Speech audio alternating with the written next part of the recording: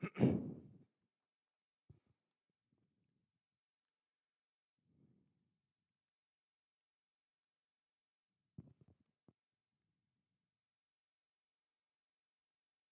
audience, cher jury, dans ce discours sur le mensonge, je vous jure, je dirai la vérité. Toute la vérité, rien que la vérité. Évidemment, cher jury, c'est un parjure, mais qu'on me pardonne cette parodie, car ce serment, aussi sincère fut-il, ne fut qu'un parjure futile. Car aujourd'hui, mesdames et messieurs, un procès se joue devant vous. À la barre, un accusé, le mensonge, et face à lui, une victime présumée, la vérité. Le mensonge est-il un criminel sournois ou un innocent incompris? La vérité est-elle une sainte immaculée ou une miraculée trompée? Le mensonge, c'est ce poison déguisé en remède, cette épine dissimulée en rose, cette télé-réalité déguisée en réalité, cette authenticité dissimulée en tromperie. Ce caméléon habile qui se faufile dans nos discours, habillé tantôt d'ombre, tantôt de lumière. Le mensonge, c'est une ombre qui se fait passer pour la lumière. Un traître aux mille visages, un ami que l'on maudit, mais que l'on garde malgré tout, à portée de voix, juste au cas où.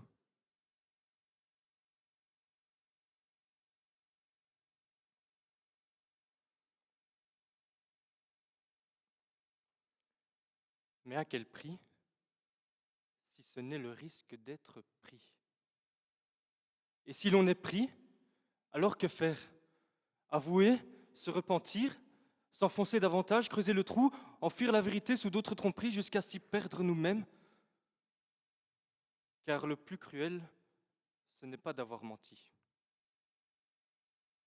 C'est de voir dans les yeux de l'autre cette lueur qui vacille, cette confiance qui s'efface. Un lien brisé ne se refait jamais tout à fait.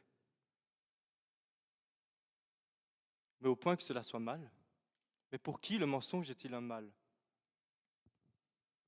Est-ce pour celui qui le dit? Oui, car chaque mot faux, chaque ombre tissée, chaque mot faux, chaque ombre tissée,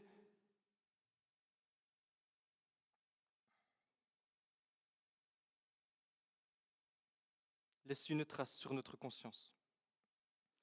Mais le mensonge n'est jamais parfaitement cousu.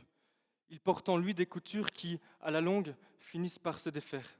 Et lorsque ces fils se tirent, la vérité éclate avec la violence d'une plaie ouverte. Mais ce n'est pas seulement pour celui qui ment que le mensonge est mal, c'est aussi pour celui qui le reçoit. Car, mesdames et messieurs, lorsqu'on se nourrit de mensonges, on perd cette capacité de distinguer le vrai du faux. Le mensonge crée une brume sur la vérité, une brume qui se fait de plus en plus épaisse, jusqu'à ce que l'on oublie ce qu'est la véritable lumière.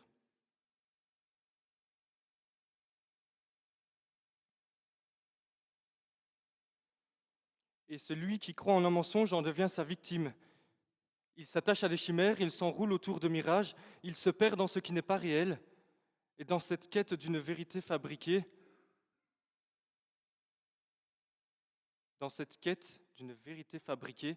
il se prive de la possibilité de connaître le véritable sens de la vie. Le mensonge est un poison au goût sucré, une douce trahison qui finit toujours par coûter trop cher. Alors que faire? Ne mentir? Jamais. Mais la vérité nue est parfois un coup de fouet. Et si elle doit blesser, briser, anéantir, faut-il l'oser quand même? Ou mentir? Toujours. Mais la confiance, elle, se brise au premier faux pas. Et une fois fissurée, elle ne se refait jamais tout à fait. Peut-être alors faut-il naviguer entre les deux. Mentir avec sagesse, dire vrai avec courage. Peut-être faut-il comprendre que si le mensonge est un refuge, il peut être une maison. Il ne peut être une maison. Peut-être faut-il accepter que si la vérité est un feu, elle peut être une lumière. Peut-être que la vraie question, ce n'est pas de savoir si c'est un mal nécessaire, mais c'est de savoir ce que nous avons la force d'affronter, la vérité ou le mensonge. Merci.